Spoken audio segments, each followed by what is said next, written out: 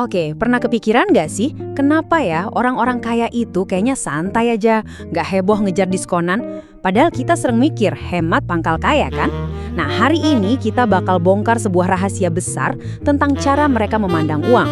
Jawabannya mungkin bakal bikin kamu kaget. Nah, ini dia nih yang aneh.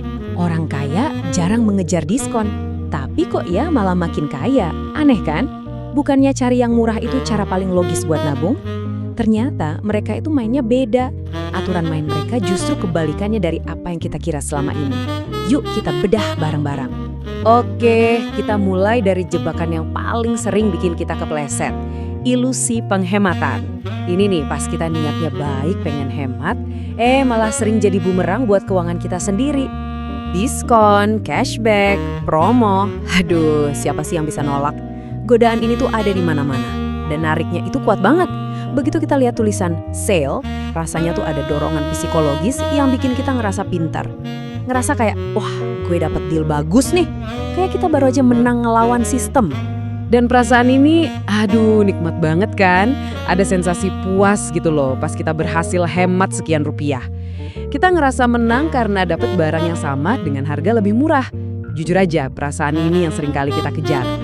Tapi, di balik rasa senang itu seringnya ada jebakan. Tawaran-tawaran menggiurkan itu justru bikin kita beli sesuatu yang sebenarnya kita nggak butuh-butuh amat. Mungkin kita cuma butuh satu baju, tapi karena ada promo, beli 2 gratis 1, kita malah pulang bawa 3. Nah loh, yang katanya hemat ternyata cuma jadi kedok buat pengeluaran yang nggak perlu. Terus, kalau orang kaya nggak ngejar harga murah, mereka ngejar apa dong? Nah, jawabannya ada di satu perbedaan mendasar ini. Mereka nggak fokus ke harga, tapi mereka fokus ke nilai. Ini adalah inti dari semuanya. Coba deh kita lihat perbedaannya. Pola pikir yang umum itu fokusnya ke harga. Pertanyaan di kepala kita, ini murah nggak ya? Tapi orang kaya, mereka ganti total pertanyaannya. Fokus mereka itu nilai. Pertanyaannya jadi, ini bernilai nggak ya? Kelihatannya mirip, cuma beda satu kata. Tapi percaya deh, ini ngubah segalanya. Jadi, apa sih maksudnya bernilai itu? Gampangnya gini. Pertama, sesuatu yang kualitasnya bagus dan awet. Coba bayangin sepatu kulit yang kokoh bisa kamu pakai bertahun-tahun dibanding sepatu murah yang jebol dalam 3 bulan. Kedua, sesuatu yang bikin kamu lebih produktif. Entah itu buku yang nambah ilmu atau aplikasi yang bisa ngemat waktu kerja kamu berjam-jam. Dan yang paling penting, sesuatu yang bisa menghasilkan uang lagi.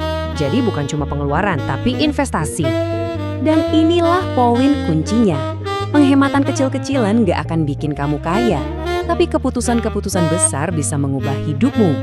Orang kaya itu sadar banget kalau waktu dan energi mereka itu berharga. Jadi daripada capek-capek berburu kupon diskon kopi buat hemat 5.000 perak, mereka pakai energi itu buat mikirin keputusan besar. Mau investasi di mana? Bisnis apa yang mau dibangun? Skill baru apa yang harus dipelajari? Nah, disitulah letak perubahan hidup yang sebenarnya. Sekarang, kita masuk ke bagian yang mungkin agak jelek dikit nih. Kita bakal ungkap gimana niat hemat kita tanpa sadar justru bisa jadi bentuk pemborosan yang paling tersembunyi. Dan disinilah kita harus jujur sama diri sendiri. Banyak orang ngerasa lagi hemat, padahal sebenarnya mereka lagi boros dengan cara yang lebih halus. Coba deh renungin. Pas kita beli barang murah yang cepat rusak dan harus bolak-balik beli lagi, itu hemat atau boros? Pas kita beli 3 barang karena promo, padahal cuma butuh 1, terus yang 2 lagi cuma numpuk di gudang. Itu hemat atau boros? Inilah pemborosan yang pintar banget nyamarnya jadi penghematan. Oke, jadi setelah tahu semua ini, langkah praktisnya apa dong? Yuk kita simpulkan jadi satu hal yang super simple. Sebuah pertanyaan baru yang bisa langsung kamu pakai buat setiap keputusan belanja mulai dari sekarang. Upgrade pola pikir ini cuma butuh 2 langkah. Simple banget. Langkah pertama, stop nanya apakah ini murah. Geser pertanyaan itu ke urutan belakang. Langkah kedua, mulai bertanya apakah ini bernilai. Jadikan nilai, entah itu kualitas, produktivitas, atau potensi cuan sebagai filter utama kamu. Kedengarannya sederhana, tapi perubahan pertanyaan ini adalah fondasi yang bakal mengubah total hubungan kamu dengan uang. Sebagai penutup, aku mau ninggalin kamu dengan satu pertanyaan. Bukan tentang apa yang bisa kamu hemat, tapi tentang nilai apa yang bisa kamu ciptakan. Coba deh pikirin, apa satu keputusan bernilai yang bisa kamu ambil minggu ini? Mungkin bukan soal beli barang, mungkin soal ikut kursus baru, atau mungkin sesimpel investasi waktu buat olahraga. Coba deh pikirkan.